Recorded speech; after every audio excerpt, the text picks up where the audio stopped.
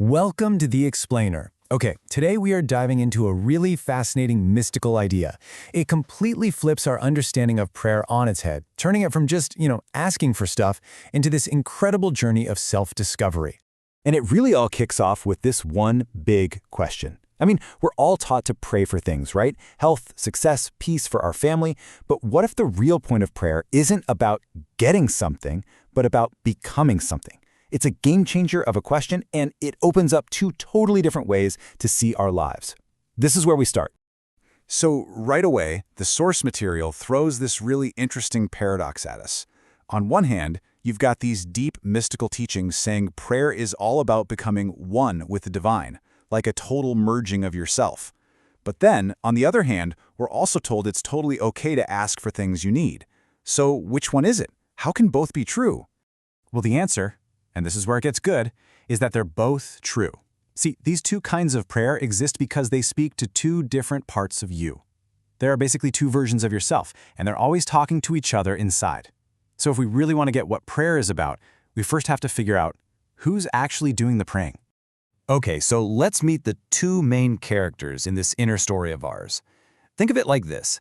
There's the part of you that's always trying to survive in the world, and then there's the part of you that simply is the world. Now, what's so powerful about this framework is that it's not about good versus evil, it's a dialogue.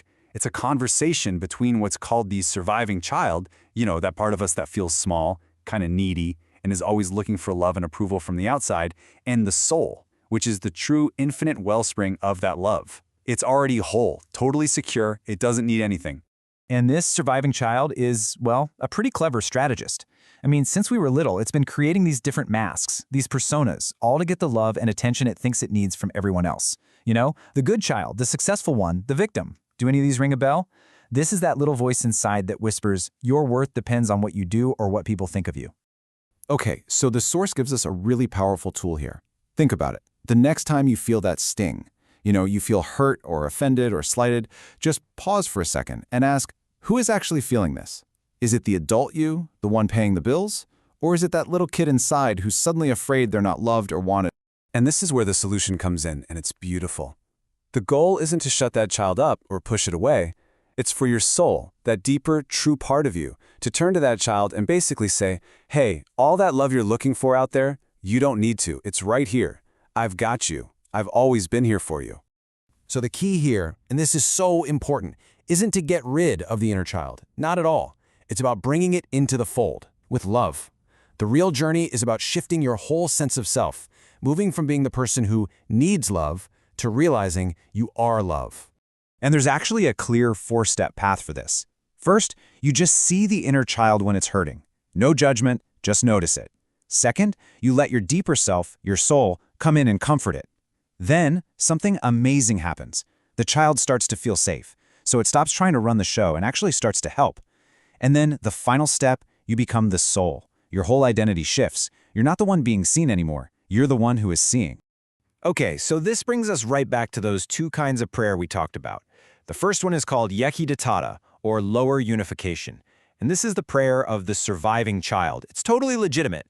It's when I feel separate and I ask God or a higher power for help. And according to this teaching, that's a really important and necessary way to connect. But that's not the final destination. The ultimate goal is something called Yuchuda Ilah, higher unification. And here, the whole idea of a separate, needy I just dissolves. Prayer isn't a conversation with God anymore. It's the feeling of being, the divine consciousness that's flowing through everything. You don't ask for anything because you realize you're already one with the source of everything. All right, now get ready for a pretty wild pivot. The teaching says that this whole inner journey we've been talking about, it's actually mirrored on a massive cosmic scale in the ancient story of Purim, the Jewish holiday about being saved from total destruction. So the personal journey suddenly becomes a universal one. So the bad guy in the story, Haman, he wasn't just some political schemer. The text paints him as a guy who really understood spiritual dynamics. He knew he couldn't just win a physical battle. No, he had to go deeper. He had to attack his enemies at their spiritual core. And his strategy was to cast a pur, which means a lottery. But this wasn't like drawing numbers out of a hat. This was a kind of spiritual tech. He was trying to tap into a level of reality that is so high up Everything just blurs together. A place beyond good and bad, beyond cause and effect. A place where all the good deeds of the Jewish people wouldn't help them one bit. He figured if he could attack from there, he'd be totally unstoppable. But, and this is a huge but, Haman made a massive miscalculation. He got to that level where everything seemed equal, and he was right about that part. But he completely missed what existed even beyond that level of equality. Because way up there, on that plane where logic and merit just don't apply, Haman ran into something he was not expecting at all. Divine choice. This is something else entirely. It's like a core, unconditional commitment that exists before any reason. It's a kind of love that has nothing to do with what you've done or whether you deserve it. And this part is absolutely critical. This divine power didn't just pop up out of nowhere. It was a direct response to what the people themselves did. When they chose to stand for who they were with total self-sacrifice, they plugged right into their own essential soul. And by doing that, they woke up that very same essential power in the divine. It's like a mirror reflecting a mirror. So powerful. So all of this brings that whole cosmic drama right down into our lives, right now. This isn't just some old story. It's actually a roadmap for how to navigate the world we live in today. Think about it. When we're operating from that small, surviving child perspective, we're constantly getting pushed around by the outside world. We're afraid of it. We see a scary news headline, we get into a fight, we worry about what's happening in the world, and we give all of that stuff real power over how we feel inside. We make it real for us. So the ultimate takeaway here is huge. Real power isn't about trying to change the world out there. It's about changing the you who is looking at the world. Every time we react with fear, we're literally handing over our power to the very things we're scared of. The real act of freedom, according to this teaching, is to shift our identity, to identify with the soul. Because when you do that, you realize that from that perspective, there is no world out there that can actually touch you. And that leaves us with one last really provocative question, a question that could reframe your whole experience of life. Who are you choosing to be? Are you the self that's just shaped by the world, always reacting to what happens?